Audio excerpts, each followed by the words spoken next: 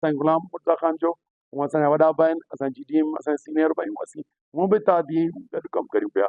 न सिर्फ़ु इलेक्शन्स पर हाणे असीं रोडनि ते ऐं रस्तनि ते बि पाणी जिदोजहदुनि में आहियूं। संदन अचणु यकीननि असांखे अञा वधीक हिमत ॾिए थो। पाण आया, मूंखे त न बचन आहे तॾहिं बि असांखे कोन हो, मूंखे शुरू में मसरूर ख़ान या सभिनी फ़ोनूं करे ऐं यकजहतीअ चयो, पर संदन शुक्रगुज़ार आहियूं। इनशाला असांजी इहा ॿधी इतिहाद सभिनि लाइ बहितर थींदो।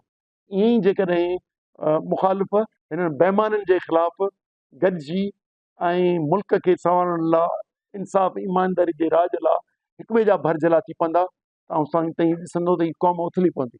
अलाह कंदो त सिंध जा माण्हू हिन ख़ौफ़ मां जे कढी वियासीं त हिननि खे उहो ई छॾे केस कया ऐं मां जेल में वियुमि त साईं जी वॾी महिरबानी, साईं पंहिंजो DG जे हिसाब सां, पंहिंजी SUP जे हिसाब सां भरपूर किरदारु अदा कयो ऐं असांजे अरेस्ट जे ख़िलाफ़ तमामु घणो ॻाल्हाई ऐं किरदारु अदा कई।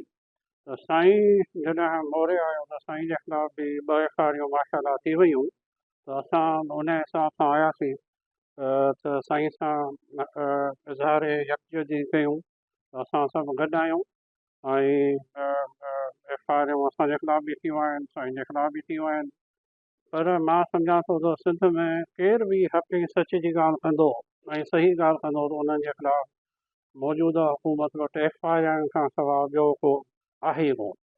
त इहो असां सम्झो कि पहिरीं FIR थी, त हाणे इन रस्ते ते तकलीफ़ूं बि ईंदियूं, ॾुखियो वक़्तु बि ॾिसबो, या इन रस्ते तां हटी वञिजे, या इहो रस्तो अगरि आहे त इहे हर क़िस्म जा हथकंडा जेके आहिनि उहे इस्तेमालु थींदा।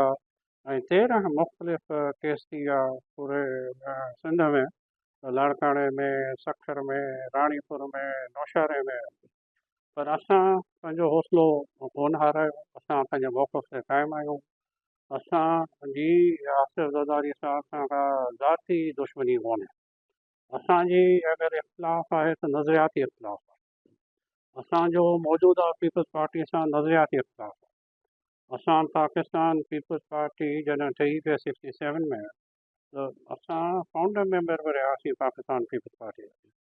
मुंहिंजो वालिद उन्हनि 8 MNAs मां हो जेको अयूब ख़ान खे छॾे as a MNA sitting MNA Pakistan Peoples Party में शामिलु थियो। त हिकिड़ो नज़रियो, त हिकिड़ो स्लोगन हो त बाबा असां आवाम जी बहितरी करणी आहे, माण्हुनि जी बहितरी करणी आहे, मसावत क़ाइमु करणी आहे ऐं आवाम खे इन मुसीबत मां कढणो।